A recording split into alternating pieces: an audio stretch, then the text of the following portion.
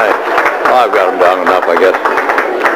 Thank you very, very much for that over-warm welcome. And it's wonderful to be back with you people again. I am back.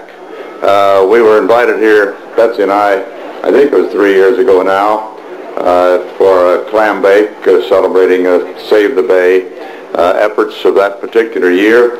And it's so pleasant to know that we get a return invitation.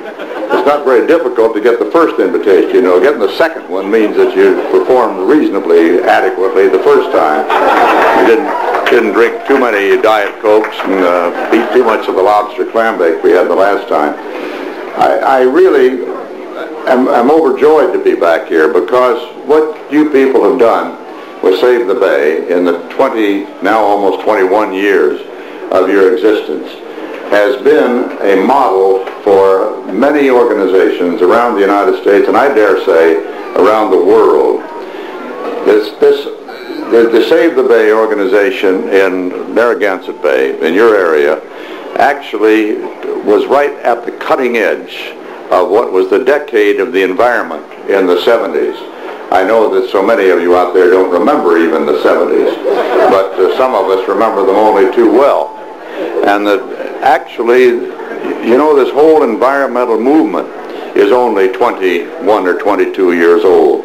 Rachel Carson, with her book Silent Spring, called the attention of all of us to the fact that we had a dying planet indeed, unless we began to get organized and stop some of the trepidations upon nature that man was imposing.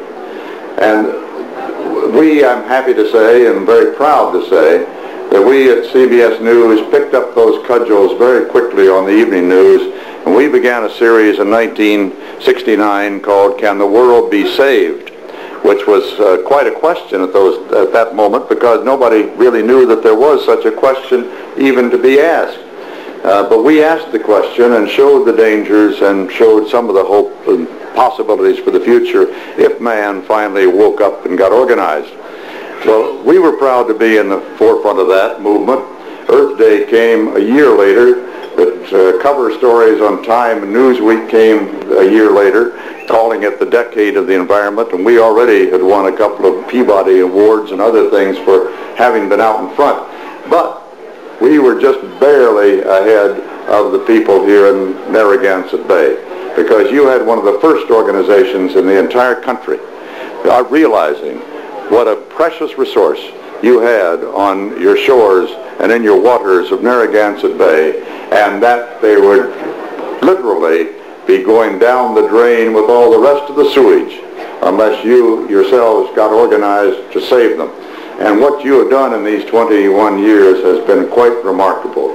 Even in the last year, you have seen the payoff that you people have achieved through your educational program, because only through an educational program of which this party tonight is a part can we ever hope that we can save our waters and our environment, which is and truly the lifeblood of all of us. But in this last year, I gather you were able to win by a 3-to-1 margin a vote of the people to enforce environmental rules and laws in your state. You have done so much. You have cleaned up 85% of the toxic pollution coming from your own factories and industries of this state. You have got a marvelous educational program, including the young. That has doubled in the last year, to the point that we are going to, I like to think of we, after all, I'm only across the bay over here at Martha's Vineyard, really, and I kind of think of myself as part of Narragansett Bay. I've spent a lot of time here watching the America's Cup. My gosh, we got to bring that baby back someday. And sailing these waters and haven't sailed nearly enough. Nobody could. You could spend a lifetime on these waters. But I say we. What we have to do is educate. Not just our adults, and the fact that you're here proves that you have already been inoculated with that education, but the younger, the next generation. And Save the Bay you know, has doubled the enrollment in its educational program of the young people in this last year. Another one of your remarkable achievements. We got a lot more to do. Oh boy, you know, we just scratched the surface. And it does seem at times that indeed for every step forward, in a sense, in some ways, there are 2 steps back. Who would ever believe? Who would have believed that we would have picked up our paper yesterday morning or this morning and find that the President of the United States had gone back, totally gone back, had reneged on an absolutely unequivocal promise in his campaign to protect our environment in the wetlands.